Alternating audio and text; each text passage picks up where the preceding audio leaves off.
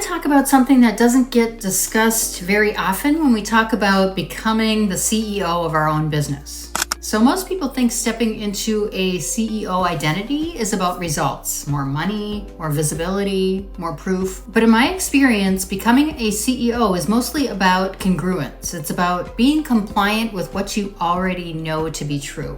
And we all have this inner voice, this quiet knowing. Sometimes it's subtle, sometimes it's loud, but it's always there. And it nudges you toward what's actually aligned with who you are.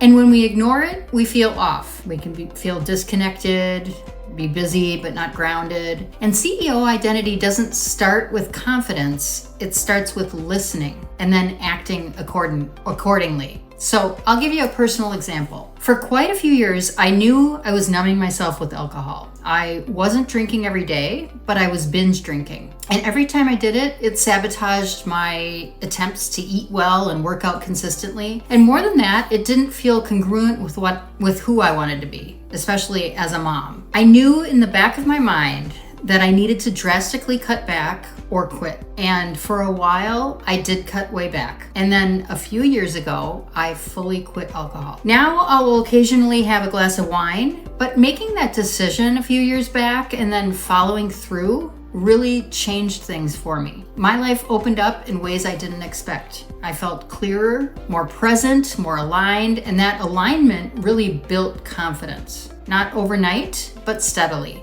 And that's when I realized something important. Confidence doesn't come from hype or momentum. It comes from living in integrity with yourself. CEO identity is built when your actions match your inner knowing. That's leadership, not performance or perfection, but congruence. And the same thing showed up in my business. So for years, I was buying course after course, always thinking the next one would be the missing piece. And eventually, I had to get real honest with myself. I didn't need more information. I needed to lead from exactly where I was. And so I put my foot down, I stopped buying, I stopped consuming all the content, and I decided I knew enough. And I committed to one direction. I started a YouTube channel. I decided I would show up every week, even if it was slow, even if no one was watching, even if I didn't feel ready, which I didn't. And I've been doing that for a year now. And I haven't grown fast. I'm not leading a massive community yet, but I am building skills, I'm building confidence, and most importantly, I am becoming who I already saw in my mind. And that's the identity piece of this puzzle. It's not about following someone else's strategy, it's about deciding the direction you will go and then staying with it. CEO identity is not about reacting, it's about deciding once and letting your actions catch up.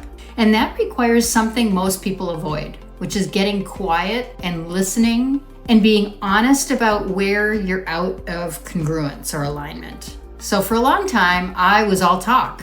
A lot of being busy, a lot of movement that looked productive, but my actions weren't matching my vision. So here's the question I want to leave you with today. Where are you out of congruence right now?